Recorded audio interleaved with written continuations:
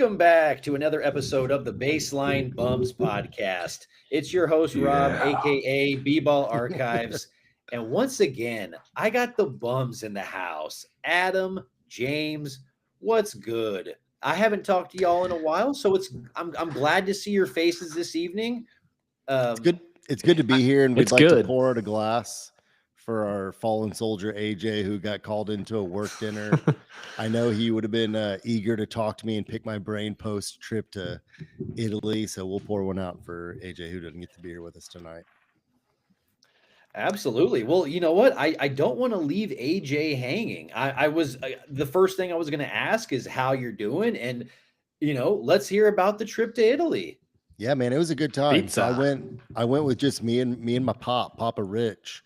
Went to Italy for 11 nights and started up in Florence, which was super badass, tons of history up there and really cool architecture, and traveled down to Rome for a couple nights and ended up in the Amalfi Coast for another 5 and hopped around a bunch of the islands, stayed in Sorrento, but went to Positano and Capri, and the whole trip was super badass, man.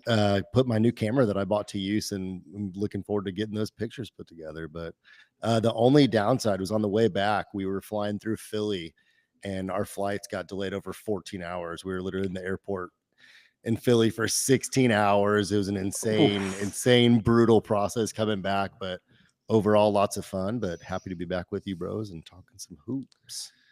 How much airport pizza did you eat in that 16 hours? No airport pizza, but lots of airport pretzels because Annie's or whatever called was right there, and yeah, I went ham on that. And there was some Chick-fil-A involved in that process as well. Nice. I mean, anytime you have a that was long brutal. anytime you have a long layover at an airport, that's just soul draining, especially after such a wonderful trip. But yeah, I'm Like glad hopping that right off of a 10-hour flight, literally right after a 10-hour flight, having to do that, but it's all good. terrible. Well, let's give AJ a virtual boner, and I want to hear what was your favorite wine? See, that's tough to say like favorite, because one thing that you hear from a lot of people is like, just drink the table wine. So by table wine, they just mean like whatever house wine they'll have. They'll have a house red or a house white. A lot of them had Chiantis because we're up in, like, to start with in Florence, we were in Tuscany. So you could just get like 4 glasses of wine for like €7 and have the most badass view. So I don't even know that I could name a type, but just the house and table wines everywhere were really good, honestly. And he told me like, hey, make sure you get a Chianti. And I had literally just finished like a bottle of it. So yeah, he would have been jealous none. When Well, in there- Rome. Yeah, literally. Absolutely. That's funny that you say that, because in Florence, I made that statement and I was like, here in a couple days, I'm going to be able to say that and for the first time actually be in Rome. So that was pretty dope. There you go. Sometimes the stars align like that, my friend. But yeah, They I'm sure glad you had a do. really I'm glad you had a really nice trip. And yeah, you and your pops, y'all have long overdue that trip. So I'm glad that y'all had a good time for sure. Me too, my man. Do you still have family over there? It's funny you ask that. We actually went to like where my granddad grew up and like went looking for his old house. We went to the cemetery, but we don't think there are actually any like live relatives there, but there's only so many last names in that little town. There's like 1,700 people. So in the cemetery, there are a bunch of Sennas and Chanchulis, which was my grandmother's last name. So it's kind of crazy that you actually asked that. But That's not that wild. That's we're wild. familiar with. Yeah, No, that's a cool experience. it was. It was for Absolutely. sure. That was like the last day that we went there. We drove to that little town. Andretta is the city. Dang. Yeah. Yes, sir. Well, I mean, I know that's such a positive note, but I think we have some other positive stuff to talk about as well. I mean, we've got some Spurs preseason basketball, and we are undefeated. We are looking a little bit more polished than we were ready to believe entering the preseason. Um, AJ and I talked a couple days ago, but I need to get y'all's takes on some of what we're seeing. Whenever you're looking at our preseason games so far, what's the one thing that's kind of standing out to you? I can't help but be encouraged just by like you said, the level of comfort that they show playing with each other and just in general as a team. Um, Have things been perfect? No, but just the general baseline is so much higher than it's been in the past few years that's all I need to see for the preseason. I mean, it's just I saw a graphic today of different teams and talking about turnover. And I think one thing that you see is that a lot of these guys have played a lot of basketball together. And, we're missing Sohan, we're missing Fox, which it's going to be nice to get them back. But I'm just noticing that this is a familiar group. It's a deep group. I think you've seen a step forward from Wemby some in the preseason and his desire to be more physical around the basket. And I can't help but because I think y'all filmed y'all's last episode right before the last preseason game against the Pacers, and there was one particular play right before halftime where Dylan Harper had a high ball screen and just easily got to the basket and finished at above the rim. And it's just something that you don't see from a player that early on in their career. And it just means to me that we need to find a way to get that guy involved early, and the keys are going to be his, I think, sooner rather than later. Yeah, that play you're talking about started generating some Manu comparisons online, which, I mean, it's a little early, but I'm glad to see people having fun. Oh yeah. Well, I mean, I think you see the crafty left-handed finish. You see the fact that he's going to start the year off the bench more than likely. Yeah, so there's obvious Manu correlations there, but at the end of the day, I think, and this is no disrespect to Manu, but Dylan Harper's trajectory is on a completely different level. Like he is going to be an all-star multiple times, an all NBA type a point guard in the future if he continues with what we've been seeing. That ability to just take a high pick and roll, split two defenders and finish at will, that's something that an elite guard does, a savvy veteran does, somebody that knows the speed of the game, not a 19-year-old rookie in the preseason. And to Yeah, add, his level of comfort stands out. It was against the Pacers, and I know that Pascal Siakam was at the basket as the primary defender. I think he had just gotten around Nembhard. So it wasn't like it was just some hodgepodge group of guys that he was going up against. It was against a team that was just in the NBA finals that plays really good defense. And he made it look really, really easy. So just as something that stood out to me for sure. I think he's going to be much more of a factor than a typical 19-year-old rookie guard.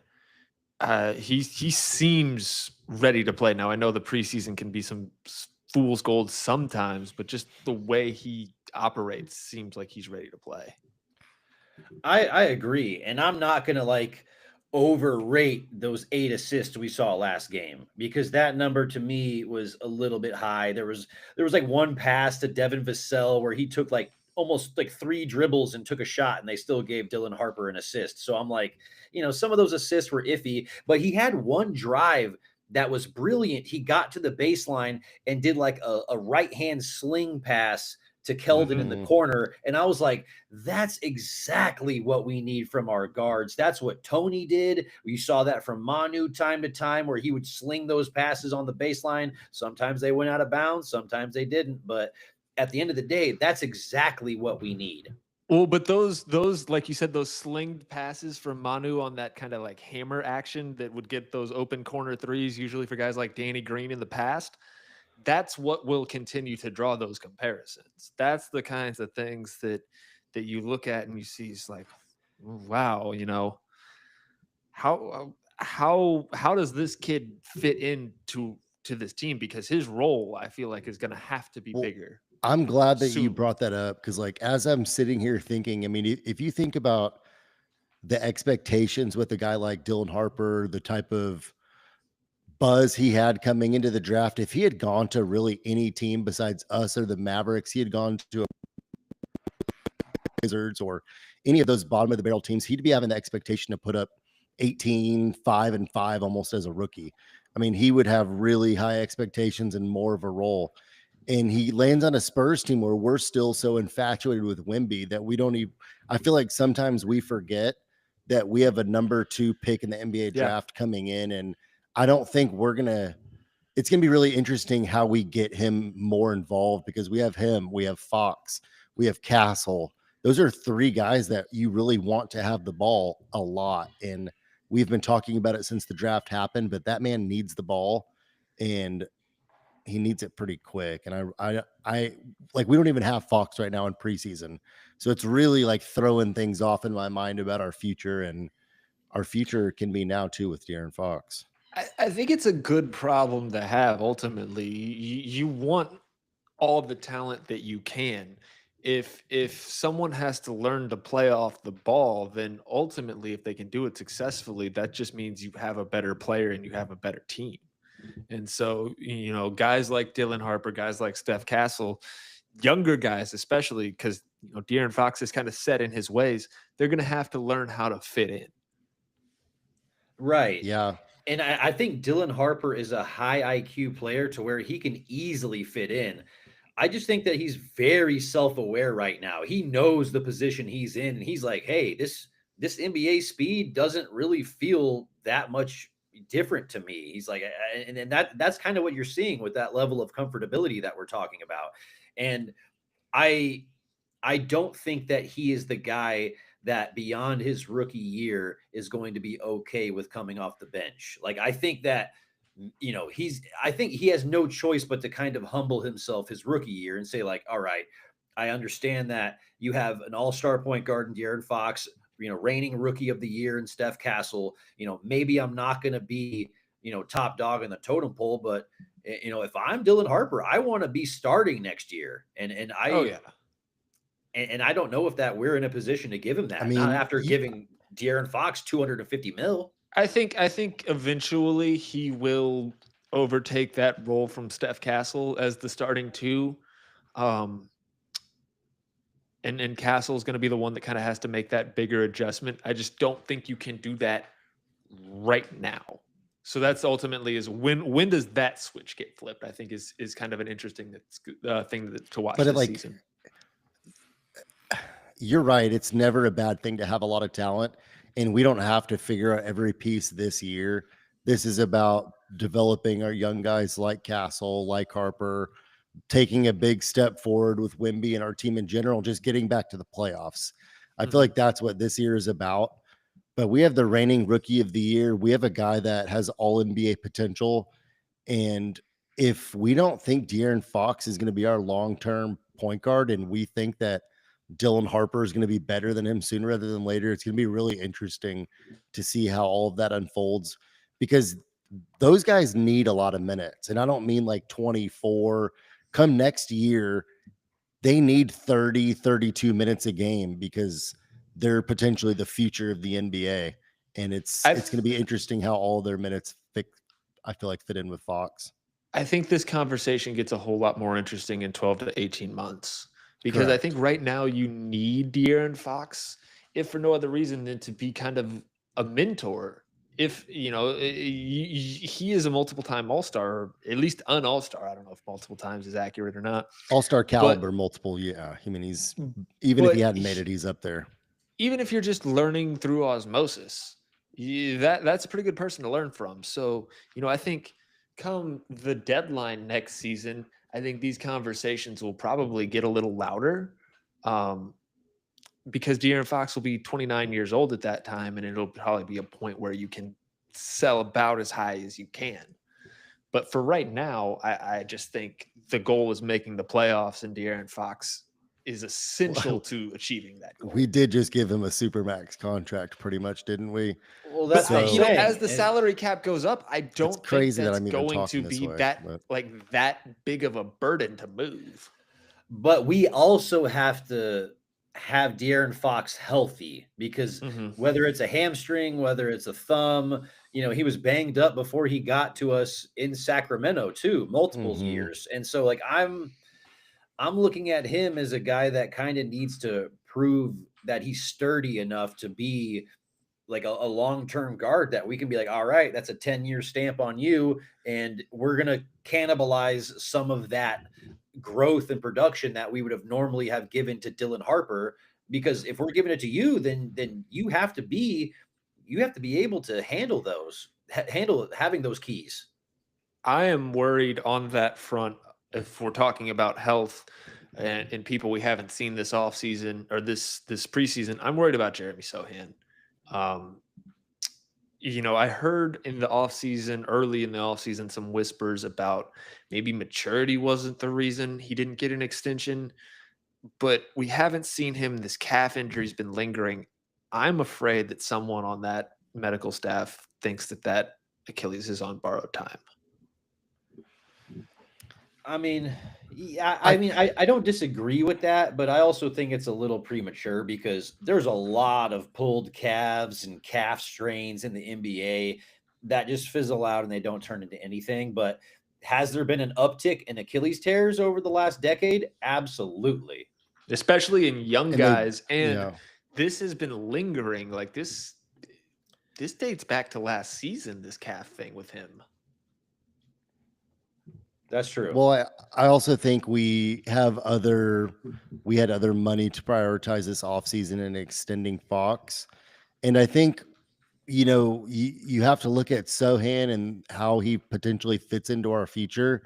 I mean, we have I feel like 10, 11 guys that are going to demand playing minutes every single night. And you could make a case for even more when we're fully healthy. We haven't even seen a guy like Kelly Olynyk even suit up yet. And that's a guy who we're going to be paying a decent amount of money that if he is healthy, he's going to play some minutes for us. So you look at Sohan and you say, well, this is kind of a make or break year for him in a way. Contractually, he's coming up to be an unrestricted free agent. He's in the final year of his deal. He's obviously extension eligible. He hasn't gotten paid. He's probably going to want north of 20 million a year. And now that we're kind of I don't want to say a crowded team, but we are a really deep team. How many minutes does he get? What does his role look like? Well, Is he's it going to need to fit in, and he's going to need to be healthy to do that. That's the biggest question mark. Yeah, and I do think it's too premature to talk about serious Achilles stuff whenever it hasn't escalated to that yet. Obviously, in today's NBA, anytime you see any type of calf injury, you're scared, right? Because we've seen KD and these other guys have calf injuries go too soon and it turn into an Achilles tear. So that's obviously fearful. I think that they're not going to risk it anymore. They're going to play it slow, and I'm sure he'll be back sooner rather than later. I just don't know what role he's coming back to. Like, if you look at the beginning of last year, he was standing out as one of our best couple players. And then all of a sudden he got hurt. Harrison Barnes stayed in the starting lineup, and he never really got a stranglehold back on that job last year. Now we're Y'all deeper. know, What does his role look like now? y'all know I'm a big Sohan believer, and he consistently grades out as one of the better defenders in the league. So I think if he can stay on the floor, which seems like a big if, I like his chances of standing out in that way. I think a guy like Jeremy Sohan is essential on a good team, but you have to be out there. You got to be Right. healthy. Yeah. And there was improvements that we saw from rookie season to year 2. And since then it's been kind of, he hasn't been fully healthy. I'm going to give him that. He's been banged up here and there, but I don't think I've seen a ton of improvement outside of the rookie to second year. I think the biggest thing to me, and this is why I don't hold a lot of that against him, is that we've asked him to do a lot in a young career. We've asked him to play point guard, we've asked him to play backup five. I would really like to get a year of him in his natural kind of primary four, sometimes three position before we make a full I time mean, judgment. statistically, he hasn't improved much, right, from year to year. But before he got hurt last year, we were filming an episode talking about how he had the overall team had one of the highest defensive ratings. It was early last year, and Sohan was one of the main catalysts behind that. I thought he got a lot more early efficient around the basket, was learning to finish and kind of not get blocked around the hoop as much by bigger guys. So I Developed his thought I mid saw range. improvement early on, but he still can't shoot. He still is a little undersized, and it's going to be hard to have multiple guys out there that can't pull the trigger because you've got to have spacing in today's league. But he is one of our best defenders, and we need him healthy, I think, if we're going to achieve the hefty over under that we were just talking about earlier, Rob. So Absolutely. And I don't disagree with that. I just feel like if he's not performing at an elite level defensively, his production falls off of a cliff for the most part because of the fact that he just doesn't help us space anything. Like we don't need another 4 that can't shoot. For what it's worth, he was 53, 31, 70 on slashes from the field last year in 25 minutes a game and just south of 9 field goal attempts a game. So he was probably a little bit more efficient than we're giving him credit for. And he's been 30.8% from 3-point his past 2 years, which It's is not even again, fully the efficiency when he's shooting. For me, it's the fact that you see him catch the ball in an obvious this man should shoot the ball situation, and he puts the ball down on the floor because he's not confident. And whenever you're the open guy and you pass up shots, it throws off the whole rhythm, and it's hard to have multiple guys in the lineup like that. And we need to see Castle take a big step forward 3-point wise. Sohan's got to shoot better. We've all got to have, we just don't have the shooting really that some of these other teams have, and that's our biggest question mark, I think. I don't know about that. We've shot the ball really well this preseason. Well, this preseason, yes, but Yes, like but I the think last few the seasons, ability yeah. is there. The ability is there. I think we need to be a low volume, high efficiency team. I agree. I guess just what I'm seeing from, even Luke Cornett, like I'm feeling more confident about our double big lineups. And I'm like, well, Mhm. okay, so if Sohan is out, hey, we can run some double big schemes where we have, Cornett setting pick and rolls for Wemby. That looked really good. And when Luke Well, actually picked and popped, he looked like Dirk for a play. He literally faced up, took a dribble, and did a little mid-range fade. And I'm like, holy shit, do we have Dirk on our team? What was the that's name the of that luxury poor that team? Wemby affords you. What was the name of that poor team with Victor Oladipo? What was the name of that The team that we beat? I the can't. Xinjiang Long Yeah, Lions. Watching Luke Cornett and Wemby just play the most basic high-low basketball game during that, just over and over again, and just Cornett continuously pinning on his down screens was just hilarious to watch over and over again. What blew my mind is that team had 6 Americans, and one of them was George King, a 2013 Brennan grad. He Okay. had to be mind fucked going into that game. Like, Jeez. Yeah. because I saw the Spurs hosted them at the Rock, and so like I just can't imagine how he felt coming back. He had dreams of either playing for or against the Spurs, coming back to San Antonio. It was probably just in a different uniform. Right. I Not didn't quite how you expect to pictured get. it. Yeah, probably didn't want to draw it up that way. Just didn't know he was going to be getting dunked on by Luke Cornett over and over again. Hey, Well, a I think, paycheck's a paycheck, whether it's dongs or dollars. dude, I'll take all those dongs. Thank you very much.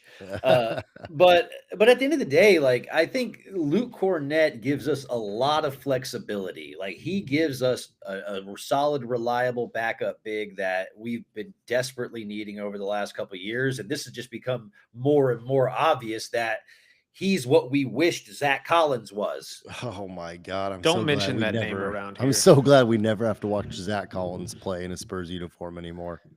I don't want there to be like a Joe Hendry effect when you say his name, he just appears. That's what I'm afraid of.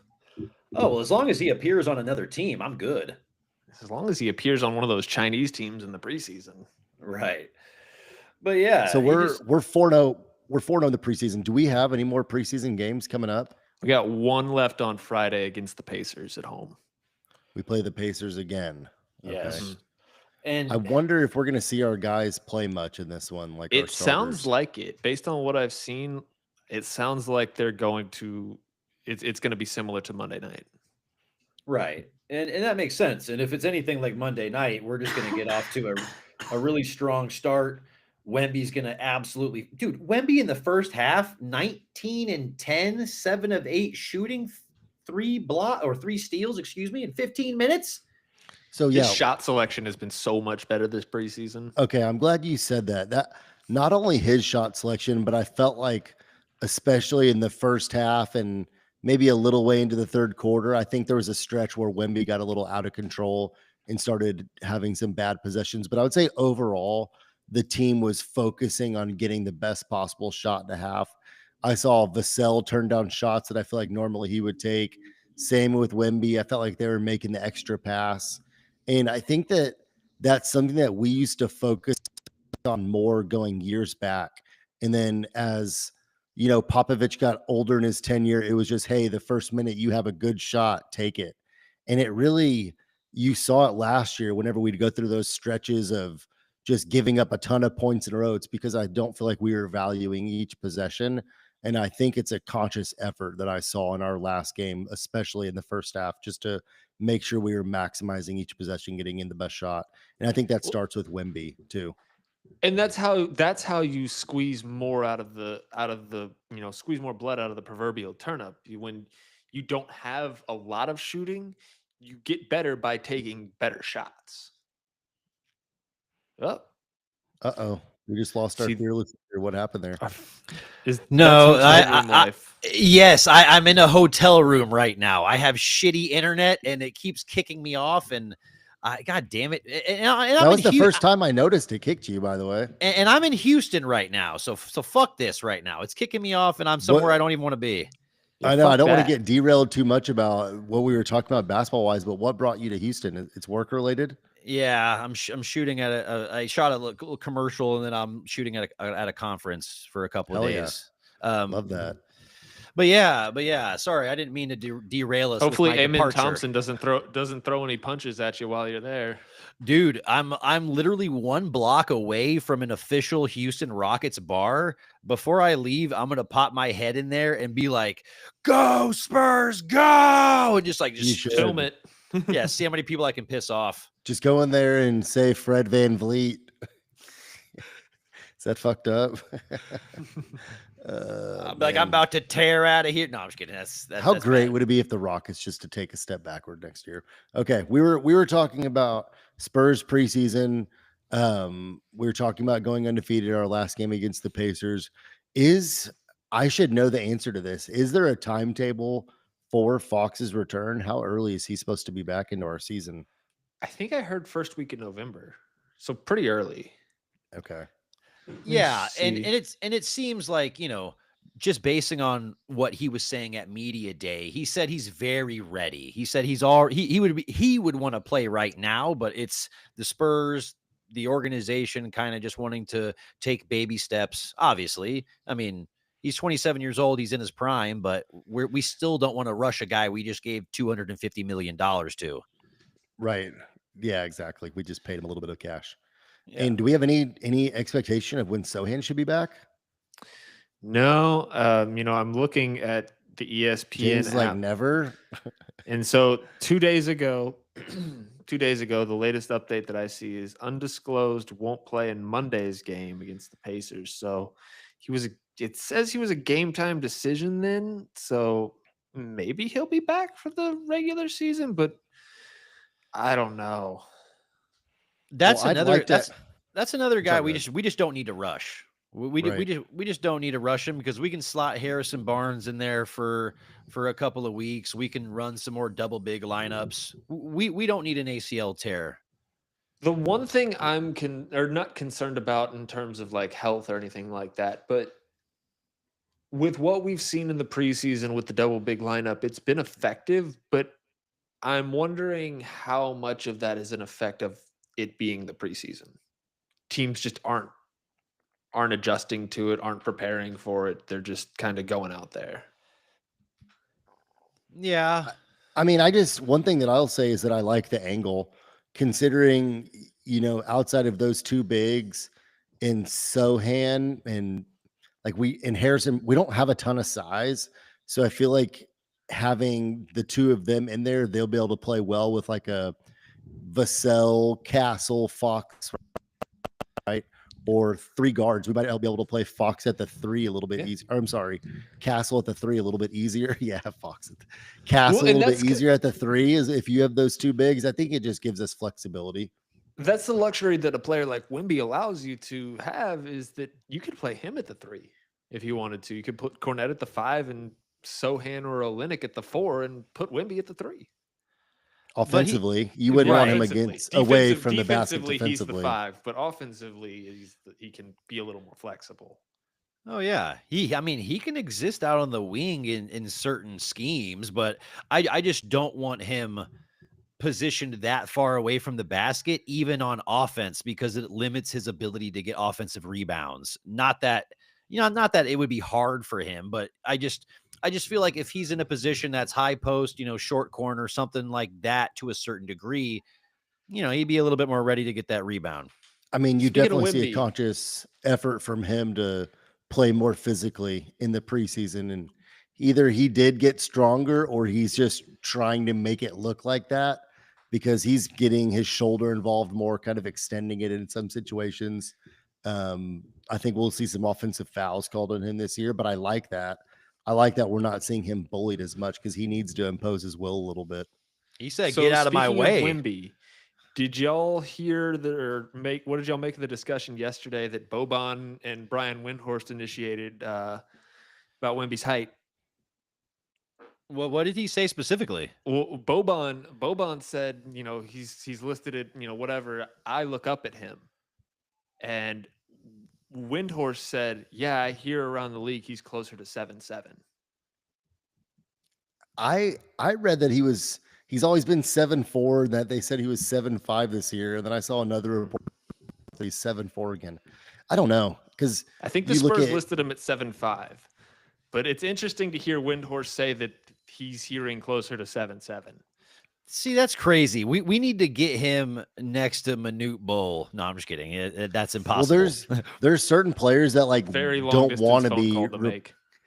like Kevin Durant doesn't want to tell people how tall he is. He always undersells how tall he is. I feel like that'd be like the same thing with Wemby, almost the stigma of the taller you are, the more injuries you get. So next year he's going to come in at 7'2".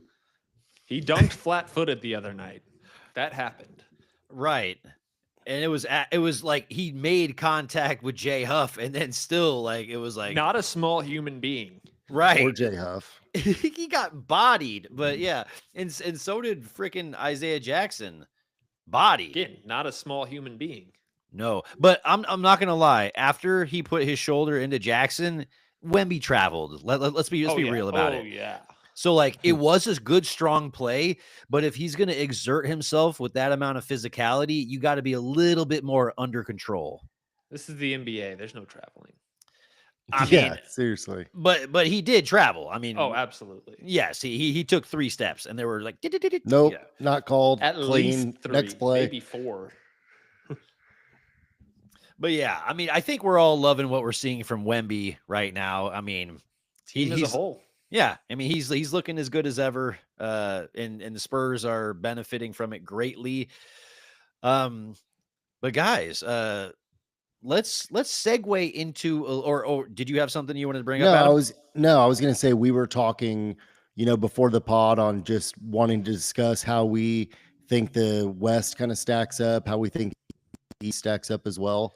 I kind of was stealing your thunder. You were segueing into the topic, but we were talking before James came in just about the Spurs over under and how we stack in the West. And Rob and I were both shocked to see that most sports books have us at, actually, I don't even want to say, I want James to guess.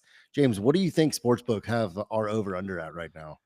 I think so. I'm just trying to separate that ESPN simulation that we'll get to in a minute out of my mind. I think I saw 44.5. It is 44.5, which I don't want to be like negative, but I was kind of surprised and excited to see the number that high. What do you think about that number, James? I kind of, my first inclination is to say over, honestly. Ooh. And I think I'm just kind of a prisoner of the moment and a homer. Now, I don't think they're going to go over by much, but I thought coming into the season that 45 and 37 sounded about right. So I'm going to go with 45 and 37. Okay. Yeah. I'd be thrilled to. We're a good basketball team, I think, but we haven't proven it yet over the course of a regular season. I think Wemby's health is a huge thing. Fox needs to be healthy. I was just a little surprised to see us with that many projected wins, because I think that would firmly put us in the playoff situation for sure. The depth is a lot better than it's been in years past. And I think that's a big factor when you're talking about previewing how you think a team is going to do. They're relying less on guys they've relied on in the past on worse teams. That's honestly a really good point because depth can mask a lot of team problems whether we have an At injury. least in the regular season, right? Right. Whether we have an injury, someone's not shooting well, there's some slump there. It's like, you can shift the rotation to kind of mask that a little bit if you have 8, 9, 10 guys that you can consistently rely on. So I think I agree with that. But even all that aside, how much the West is such a gauntlet and how much the West has continuously improved, I don't think we can win more than 42 games this year. That just seems about where we're at. Think Well, about just it like this way, though, because last year we won 34 games, 34 and 48. With all the calamitous things that were happening, we improved by 12 wins. I don't think, now I don't have, knocked on the floor because that's the only wood I got around me. I don't think that we're going to have a season like that again with injuries and health in general like that. Jesus. So if we get a similar win total increase, we're looking 10 to 12 wins. That's 44 that's to a big 46 jump. wins. We It's a haven't big jump, but it's what we did last year with all of that going on. But going from a 20-something win team to a 30-something win team is much easier than going from 30s to 40s. Like that 500 mix in the Western Conference is like, yeah, we're going to be in the mix with a lot of teams that have been playing playoff basketball while we've been sitting on the outside watching. So I think this team, yeah, I view it as we are going to take a really, really big positive step. But if we only improve by, 6, 7 games, it wouldn't really surprise me. By how many? By 6 or 7. I've been sneaking it into episodes. Dude, I'm a boomer because I don't even understand what this 6, 7 shit is. I think the thing is to not understand it, but that's neither here nor there, I guess. What were we projected to win last year? Do you remember what our over-under was? Was it around like 36, 38? Oh, God. I'm sure I could Google it, but my computer would yell at me. I'm pretty sure like how many games we ended up winning was pretty similar to what we were projected, which if anything, us being projected to win 44, 45 games is a good sign because Vegas usually isn't that wrong. Well, right? and this is, I think of the line in the Avengers, it's like we have an army. Well, we have a Hulk. We have a Wimby. And if he takes that leap that we're all just kind of hoping for from 24 and 11 to like 28, 29 and 12 or 13, I don't see why you can't win 10 more games. And we are deep. We do have a team that's kind of built to just win games, and we have a really soft schedule out the gate, which is why it'd be nice for Fox to be able to be back sooner rather than later. Because it'd be nice to just get off to a pretty hot start, really. I don't think winning games necessarily, you go 45 and 37. I don't think that necessarily equates to how competitive you'll be in the postseason. But I do think because of the depth that this team can maybe overachieve a little bit in the regular season. I just like the fact that you said postseason relative to Spurs, because I'm eager for that. I want like a meaningful basketball game whenever it's time for games to be meaningful. I want like, USAA to unfurl that Go Spurs Go banner from their headquarters. I missed that. But so just for context, 45 and 37, same with 44 and 38, would have been the 9 seed in the West last year. Right. It's a gauntlet. It's not easy. That's, we have to consistently beat a lot of really good teams that have improved in order. There was a really big drop off between 8 and 9 in the West last year. So 2 through 8, it was really packed, and there was a drop off after 9. I mean, there's still a lot of teams in the West that are projected to win a lot of games. Dallas is projected to win 41 or 42. Denver's projected to win 54. Warriors 46. Houston 53. Clippers 49. Lakers 48. Grizzlies 41. Minnesota 51.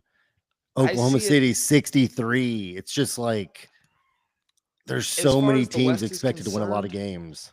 I see it as Oklahoma City, Denver, and then anyone and everyone else.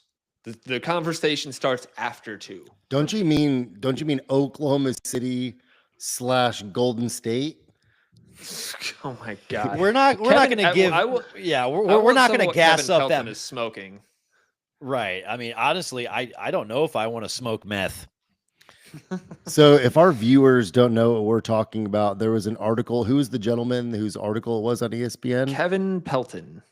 So he did like what, a simulation, and this simulation had Golden State going 63-19. Yeah.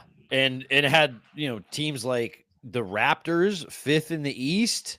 Like, what are we talking about? Like, the Pacers are still going to be 4th without Hallie. Like, what are we talking about here?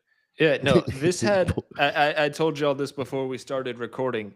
The Raptors win more games than the Bucks, Cavs, Heat, Celtics, Sixers, and Pistons. Like, why are the Wow. Pistons going 10 games under 500? Why are the Trailblazers making the playoffs?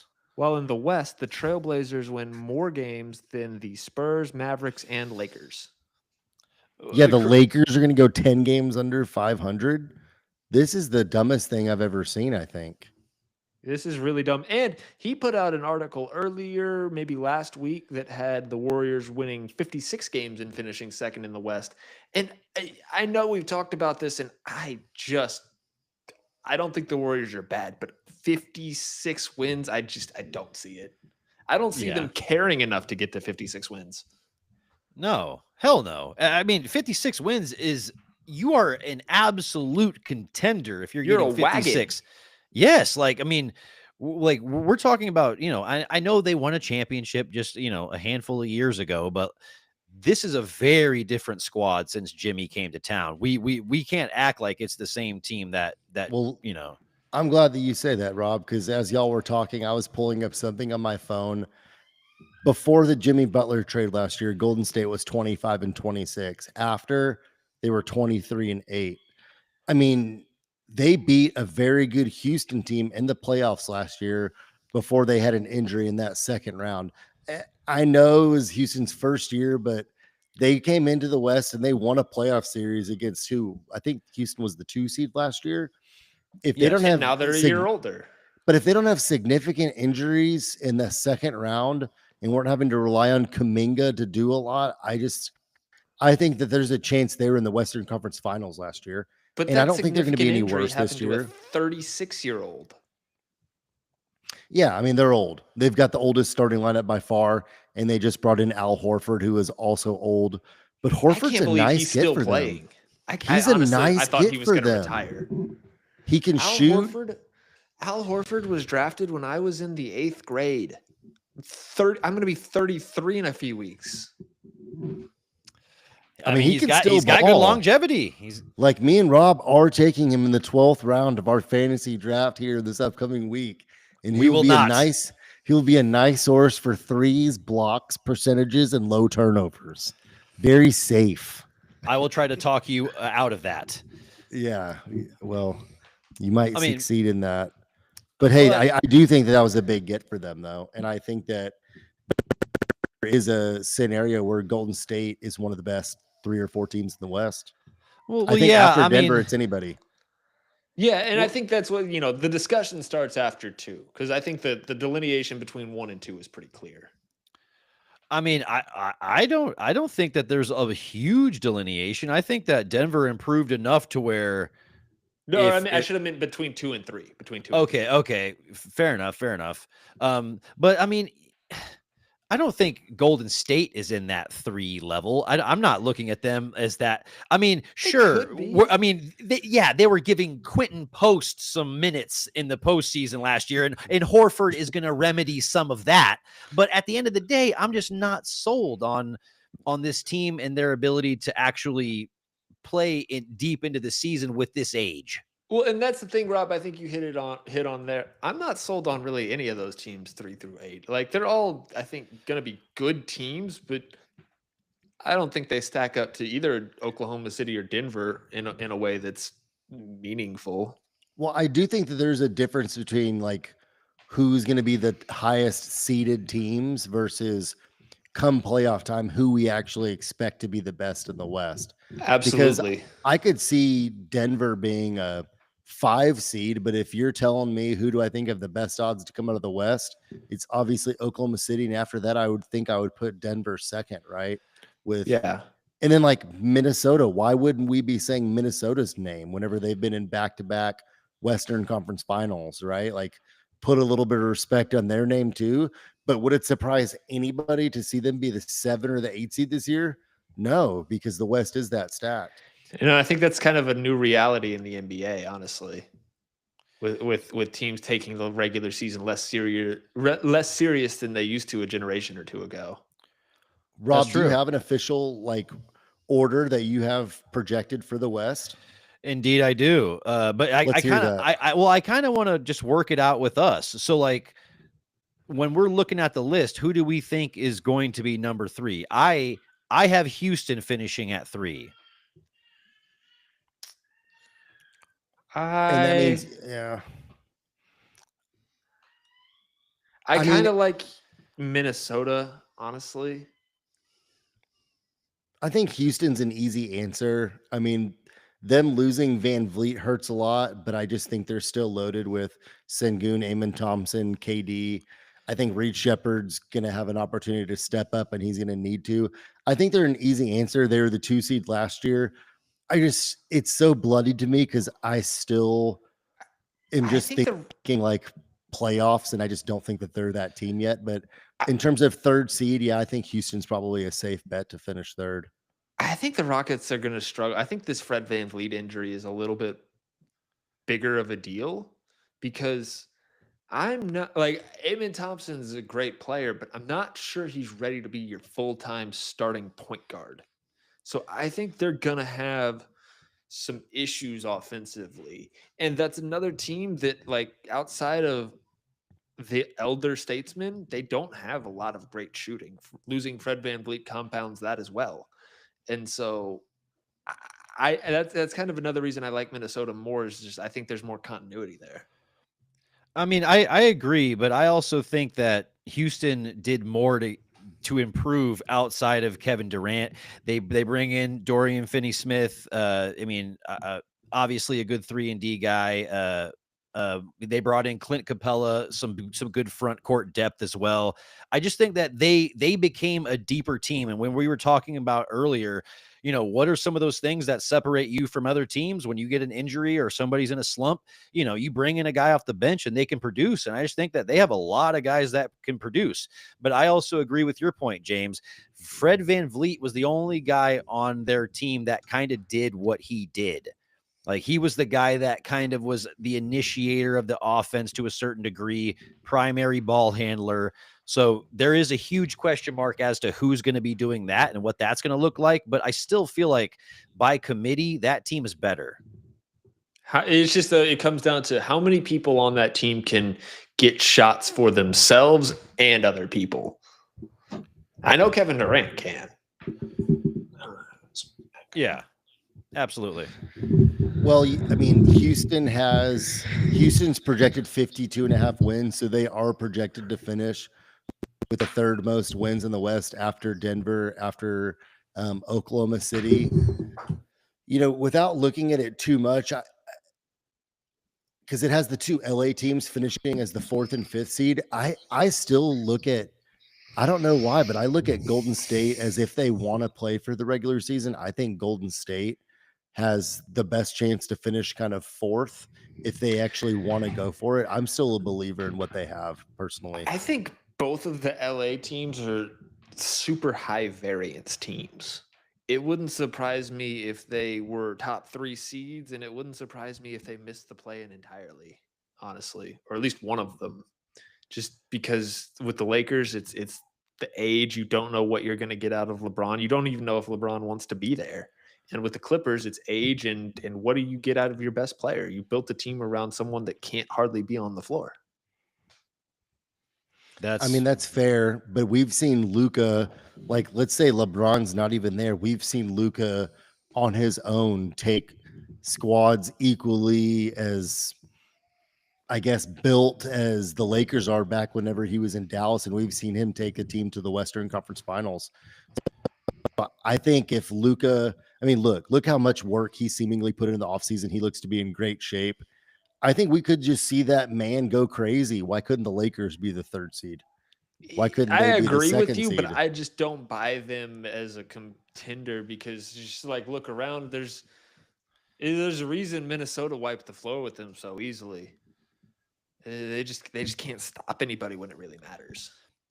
Yeah, like, are you feeling like DeAndre Ayton's gonna be that difference maker, or like what do you like? I mean, I think that they're LeBron I is think only going to take another step back, and they're still relying on his production way too much defensively, and that's where he takes time off. Like, you see him not switch over as quickly, you see him not running back as much, and obviously his offensive stats are still dominant, but like, yeah. I think motivated Luka is worth a lot of wins. I think he can get you pretty far in the regular season. I just don't really buy them as a real contender. Well, and we are just, I guess, for this argument talking about regular season, and that's kind of why I threw that out, because I do think Luka, if he's healthy and plays all year, can get that team close to 50 wins in a perfect world. But to answer your question, Rob, I'm not sure about DeAndre Ayton. Like, he's had a really negative aura around him really ever since the season that the Suns made it to the finals. He kind of had a throwaway year in Portland and just kind of has had a weird last couple seasons. But he's still like a talented basketball player. He's still the best center they've had, unless you're saying Anthony Davis is center, the best one they've had for a while. I'm at least a little intrigued to see what he can do, because he still has the talent to put up 20 and 10 occasionally, right? Like, he's talented, but he's going to have to beat the loser allegations for me. Well, my thing is, what has Luka always had behind him? Solid rim protection. DeAndre Ayton is not a good rim protector at all. In fact, he shies away from those responsibilities consistently. So when Luka gets blown by or Bron gets blown by, that's not Anthony Davis back there anymore. That's fucking DeAndre Ayton. And that's not a recipe for winning games. One thing Luka has had consistently behind him that's still there, I believe, is Maxi Kleber. I mean, that's not a good argument for them. No, I know, but it's funny.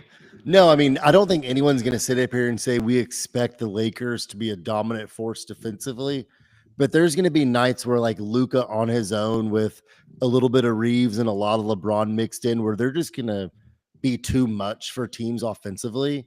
And I think it's going to be enough for them to at least win 45 to 48 games. And with a really deep West, that could be 48 games, could be the 3 seed in the West this year. I wonder what kind of odds you might get on Austin Reeves as an MIP candidate. He's already been playing too well, I think, to be the MIP. I mean, but his numbers haven't actually lived up to the image we have of him. So I'm thinking, like, if he actually jumps up to like 20, 21 points a game because LeBron regresses and there's more opportunity, I think that there's, if not an MIP, he can make himself some money.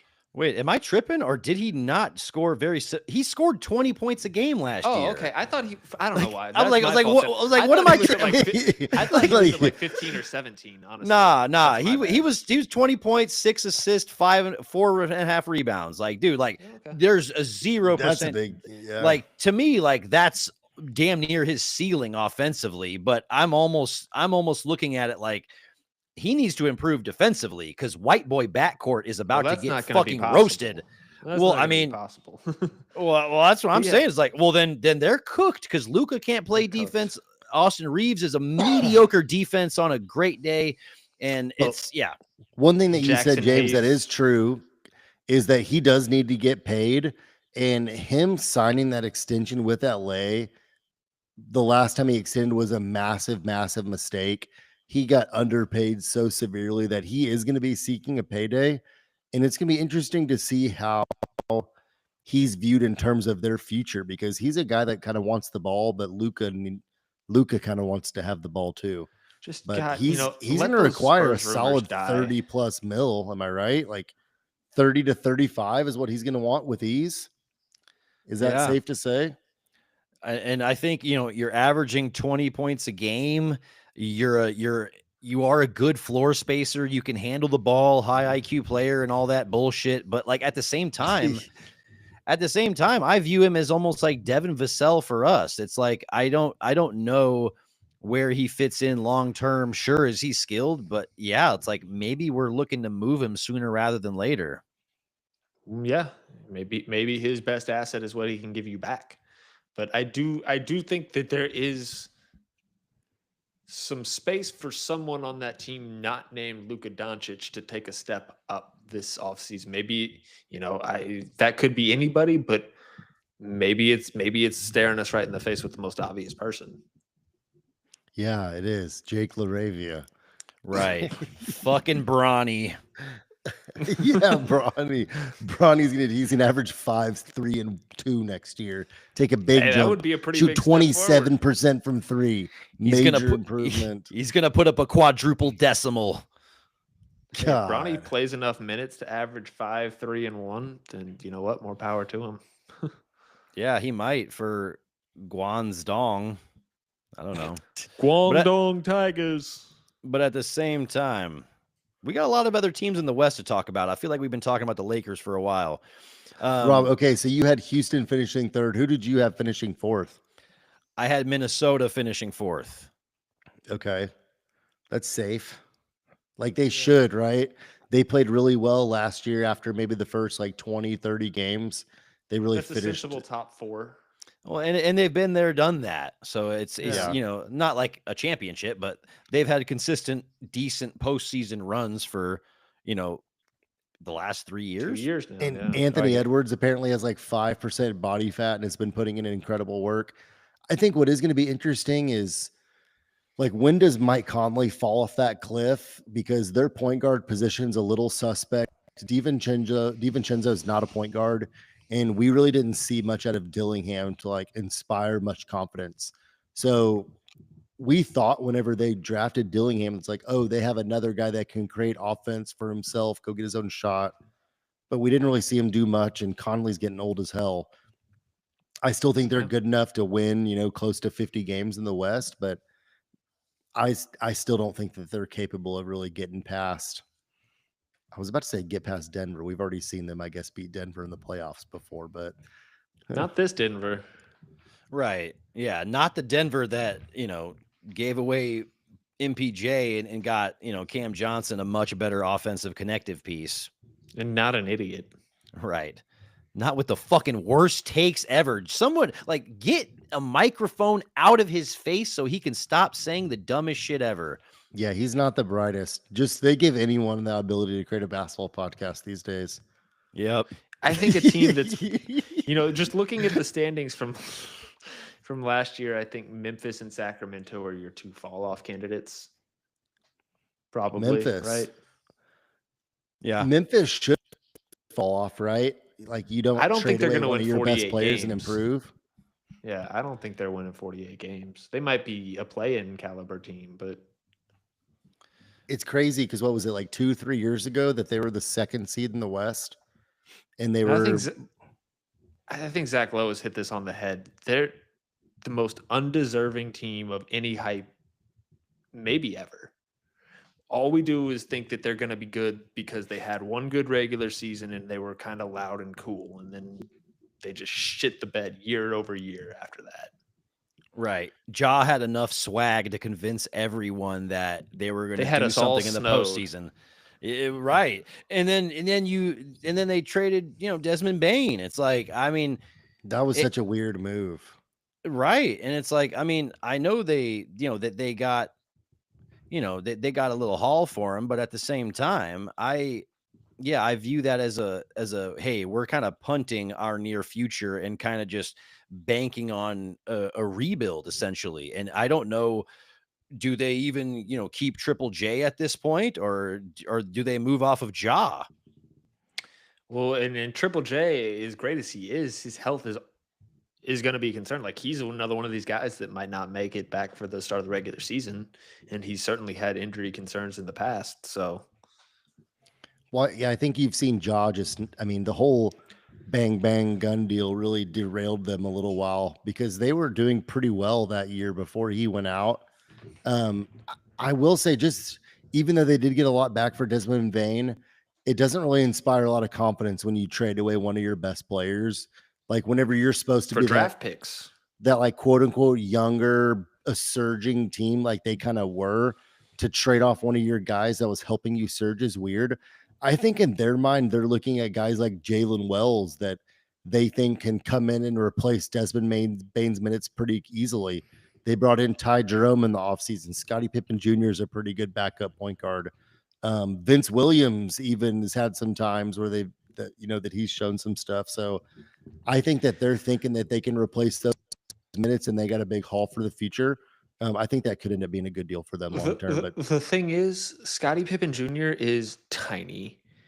Ty Jerome, we saw why we can't trust him in the playoffs this past year. Yep. And Jalen Wells, while a good player, I think an argument could be made that he overachieved last year. And there might be a little sophomore slump, regression to the mean, whatever kind of meaningless cliche you want to use. But he's kind of like a running back that has a good rookie year in fantasy football. I would stay away from any kind of stock on that. I think he's going to take another jump forward this year. I think that's a big reason they felt comfortable trading away Bane is because of how good he was. I think you're right. I just don't. They also brought in necessarily agree Cedric with Coward, who they're going to want to give minutes to. I just think that maybe they felt that the haul they got for Bane, again, they could replace his minutes elsewhere. But yeah, they're a team that should probably fall back, right? In a stacked Western Conference with the move that they made, you would think that they would regress some from last year. And I think the Kings are an obvious regression team too. I have wait, are we at 6 right now? 5, I think. 5. Okay, 5. You said you had Minnesota 4.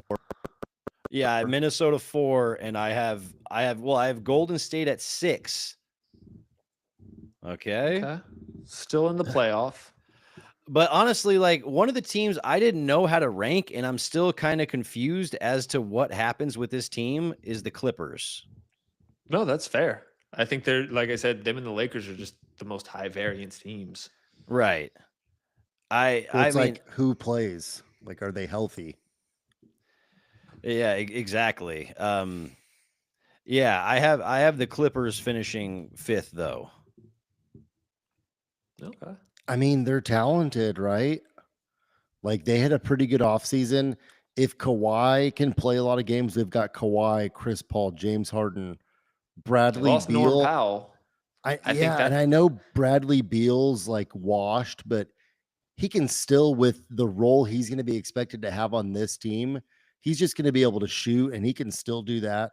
John Collins, Brooke Lopez. I mean, they've still got Zubac, who's a really high-level center, in my opinion.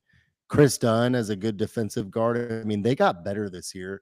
I think that old like the Warriors, though. They're really old. They are, but like I think that they addressed all of the things that they needed to address, because you trade away Norman Powell. What do you need? You need shooting and you need off-ball play. Boom, you went and got Bradley Beal. I know Brooke Lopez is slow and old as hell, but you still needed a decent center to give you some defensive flexibility behind Zubac, and that's exactly what they did. It's a great backup center. Absolutely.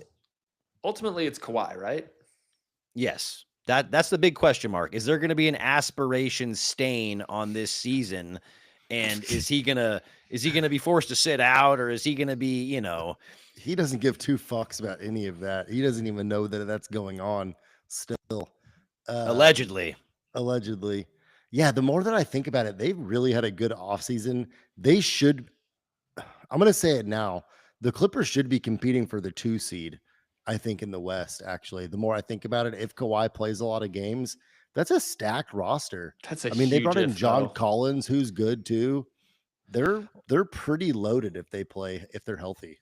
Well, that's why I would John Collins. Well, he's just undersized for what he does, but he has such bounce that he's fun to watch. And but he can shoot. He can.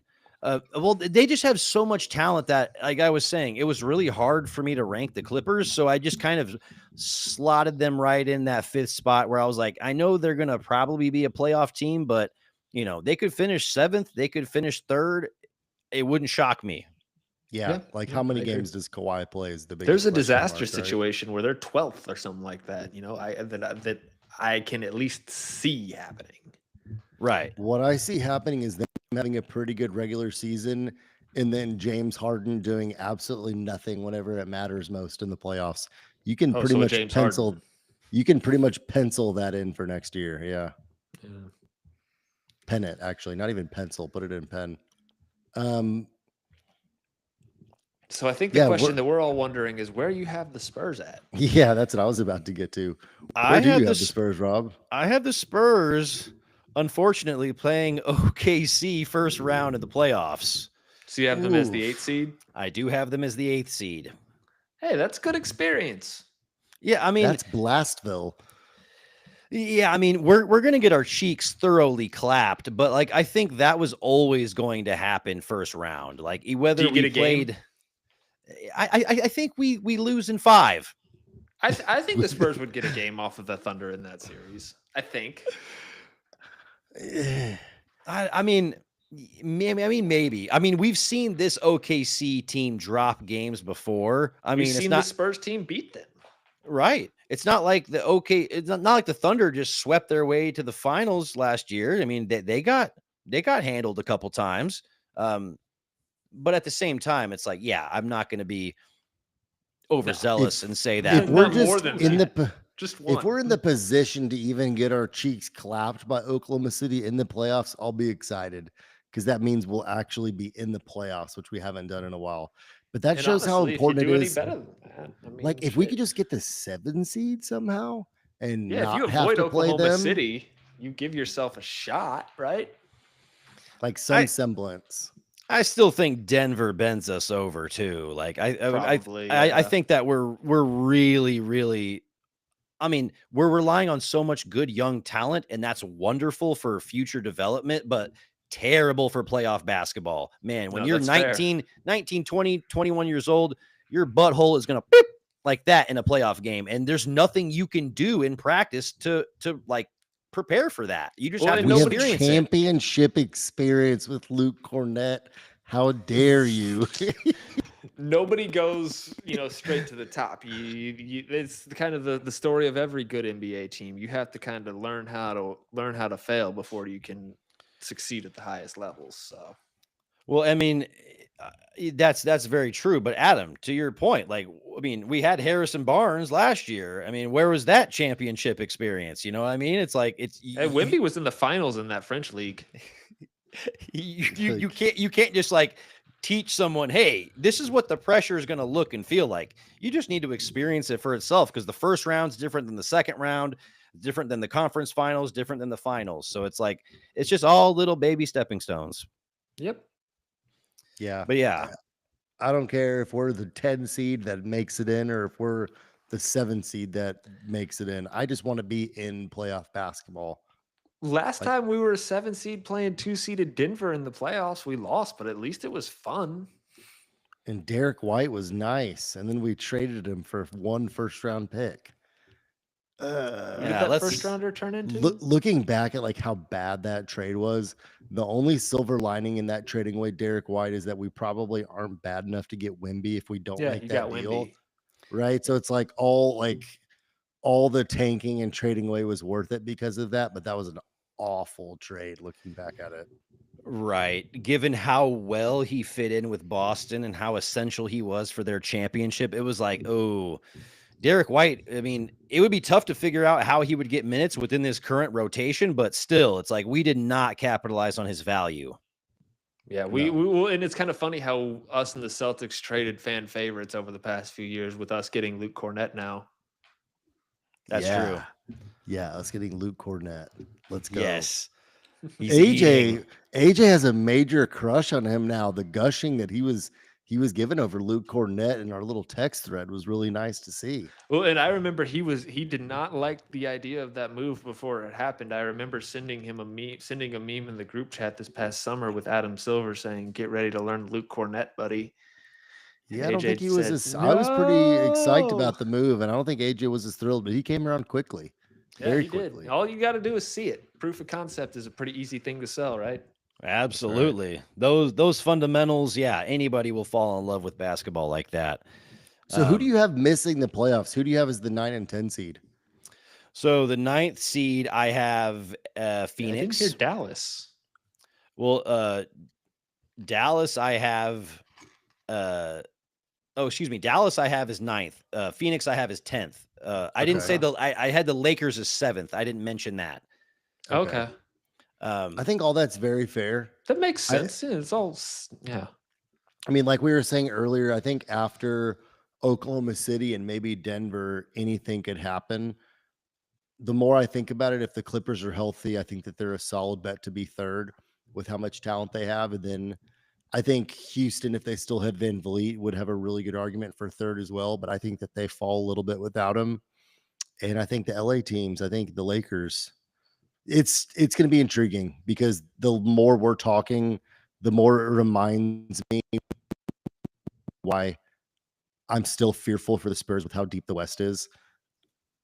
Right. I'd take 44 wins right now and run with it if we had that opportunity. To quote Coach Leach, win by 1 and get the heck out of there. And sometimes, yeah, you're lucky to even get out of there. But to quote Coach Leach, Biggie Fries. No, honestly, Adam, that's Mickey Mouse. That's Mickey Mouse. Is it Mickey Mouse? Mickey Mouse. Or is it this isn't intramurals, the Geneva Golden Retrievers. Geneva Golden Retrievers. Did he dish Geneva like that? He did. He would call them the Golden Retrievers. He would talk shit about Geneva. They had a good basketball program too. We would cook them. We would cook them bumpkins. For sure, because they're fucking Geneva, but still for the level they play at. That's funny. Oh my goodness, I love a good Coach Leach quote. Yeah. But yeah, I mean, I have the Pelicans and then the Jazz finishing up the Western Conference, kind of in the doghouse. Yeah. You have Portland down right there above too. them. Yeah. Oh, sorry, I completely forgot about Portland. Yeah, Portland. Easy to do, honestly. Yeah. They were playing well towards the end of last year. That's another team that would probably be like a borderline playoff team in the East. Really? Oh, in the East, I think they're a playoff, at least a play-in team. Yeah. I mean, if the West continues to be this deep, it's going to continue to fuel the argument of just like 1 through 16 seeds. I think or you would have reshuffling the deck somehow, but I don't think you'll ever have it. I think that there will always be 2 conferences. You know what they could do is it'd be weird to change it. Swap the Southwest Division, put that in the East, and put the Central Division in the West. That would be somewhat logical to do, and it would mix up some competitive balance. I don't hate that. Yeah, I don't hate You've that already one got bit. Memphis and New Orleans in the Southwest Division, so I mean, just a thought. Yeah, that's pretty logical. It's nothing to do with the Spurs going to the Eastern Conference and having an easier time. Nothing at all. Yeah. Why would it? But guys, that sounds like a fully broken down Western Conference right there. Got a nice ranking from first to last, but I think we should segue into some dunks. Do y'all have some stuff that you want to get off your chest and yam about? Adam, after a 2-week trip to Italy, you've got to have some dunks. Yeah, I Maybe mean, with there's even an some obvious international dunk for me. flavor. I dunked on it a little bit. I'm going to dunk on American Airlines. That 14-hour delay coming back was absolute bullshit. So to give it context, my flight's originally set to leave Philly at like 6:50. Okay. So the plane lands wherever they were coming from. I saw the plane land. People are getting off, right? Well, there was some type of maintenance that the plane had to go through. Well, that maintenance took like 30 minutes to an hour, which caused the staff, like the flight attendants, the pilots that were going to do our flight, to time out. So our flight got pushed like to 9, and then all of a sudden, whenever they timed out, they had to get a new crew, and it got pushed to midnight.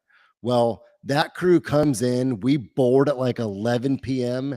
They literally sit us on the plane for 3 hours, and then they end up deplaning us and pushing the flight to the next morning.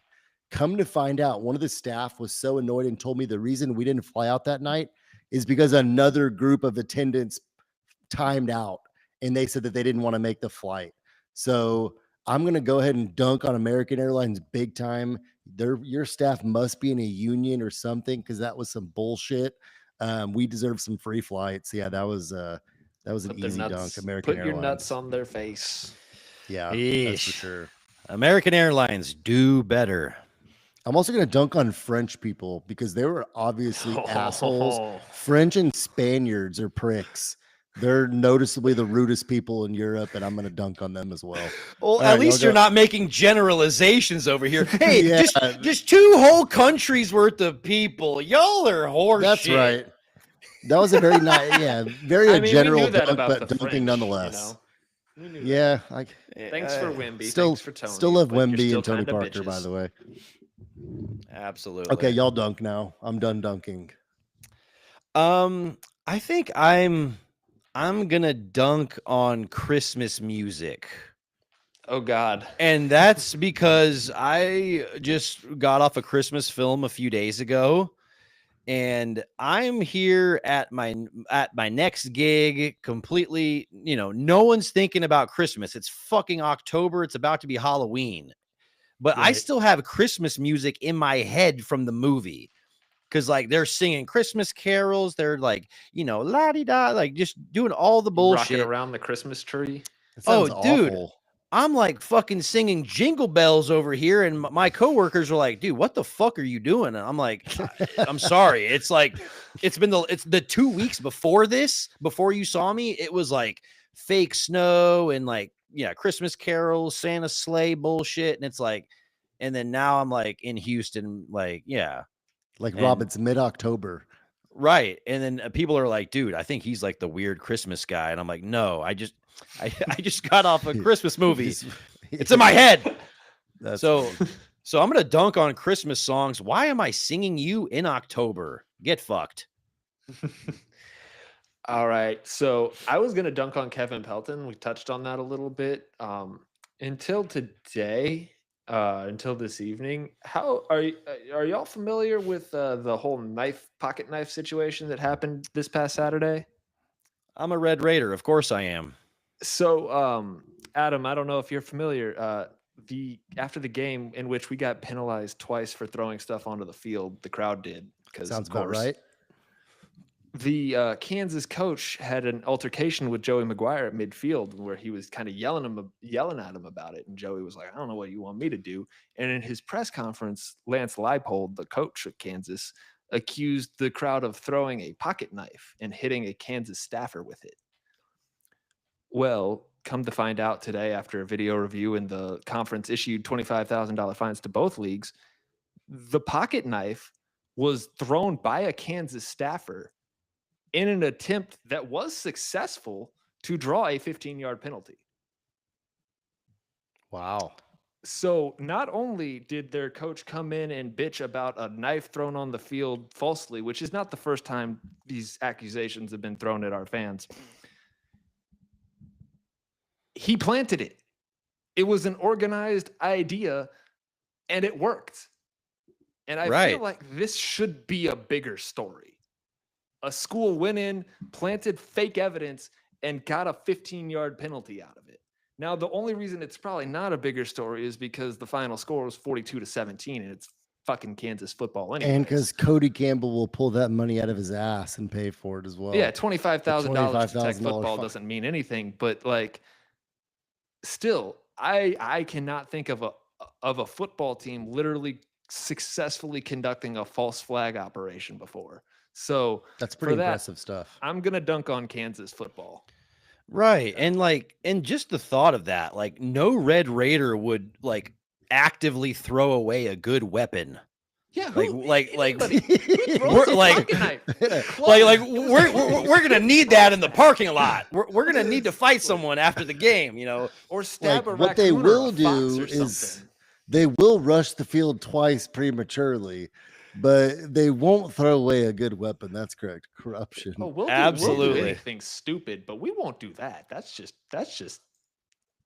yeah. reckless. I mean, we'll throw AJ, tortillas. I agree. Corruption. Yeah, We're not putting knives in our tortillas, though. I still Hell no. remember. I don't know why this reminds me of the time we were sitting up in Cam's game room having a conversation, and it was me and probably 5 or 6 tech grads, and y'all were talking about the An best unenviable position. They were talking about the best field rush of all time and how the tech field rush after they beat UT was the best of all time. And my argument was that they had 2 practice tries to get it ready, and they were so fucking ready by the time that game ended. But that argument did not go well for me. I was very, very outnumbered. But good on y'all. Y'all are 7-0, I think, 6-0. You're ranked 7th in the country. Texas Tech's feeling themselves right now. Yeah, we are, and I'm just generally terrible to be around on Saturdays, honestly. Yeah. Well, I mean, we got a lot to be confident about. So I think, yeah, all positivity. Only school in the with country Tech. that's top 10 in football and basketball. Yeah, we are elite at sports. Fight us in major American sports. I used to dream about days like this. Don't look at the baseball or women's basketball teams though. Ignore those. Okay, so most I'll people continue to ignore women. Yeah, don't worry. I'll continue to ignore women's basketball. I mean, more people are paying attention to it than they used to. That's true. Yeah. That's very true. We had the number 1 player in the country in our backyard, and she went to Oklahoma. So, how dare she? Fuck Texas Tech. Am I right? I will put this comment up here. Thanks, AJ. Our basketball team is going to suck real bad this year. Wait, really? Really? Awful. We literally have 0 returning players from last year. We're going to be terrible. I'll have to believe it to see it. Yeah, I'm sure. Absolutely. But well, yeah, it was good hopping on with you boys. Right. Yeah, absolutely. If you're still here and you're here after all those dunks, we appreciate you. We love you. We not only love you, but we love you hard over here. And since we're about to get out of here, I'm going to give a quick shout out to the sponsor, the Solar Scouts. Go visit thesolarscouts.com/bums and figure out how to get some clean, reliable solar energy for you and your fam. I mean, we've been getting some reliable backups. We're talking about Luke Cornett and Kelly Olynyk and things like that. Get yourself a reliable backup with the Solar Scouts. Go hit them up. They'll give you a free quote. Figure out how to put together some solar panels on your house that makes sense for you. That's right. Absolutely. Well, boy, did James leave us, or is he still there? He's coming back. There he is. But yeah. About a week from today, we're going to be starting the regular season. So I'm looking forward to hopping back on soon and getting to talk through that as well. Absolutely, my dude. Well, let's end this episode the same way we end all episodes. And that's with a go. Go Spurs. A go.